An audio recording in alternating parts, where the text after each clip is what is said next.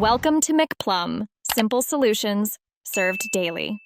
In this video, I will explain how to set up OBS. First, download and install OBS Studio from its official website. Once installed, launch the application and immediately run the auto configuration wizard. This wizard helps determine the best settings for your system, whether you plan to stream, record, or do both. It will guide you through selecting your base canvas resolution and desired frames per second, typically 30 or 60 frames. Next, you will add sources to your scene.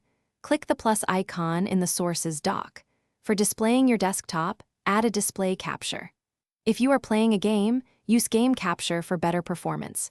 To include your webcam or another camera, select Video Capture Device. Don't forget to add an audio input capture for your microphone, ensuring your voice is heard clearly by your audience. Now, let's optimize your audio and video.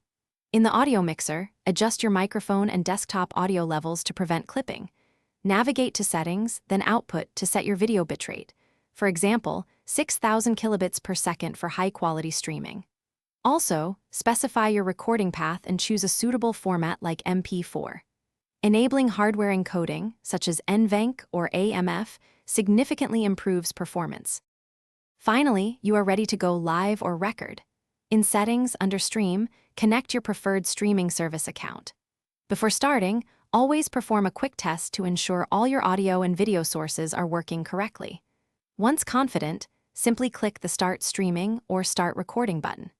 Keep an eye on your CPU usage and dropped frames at the bottom of the OBS window to ensure a smooth broadcast. Thanks for watching. Stay juicy and subscribe.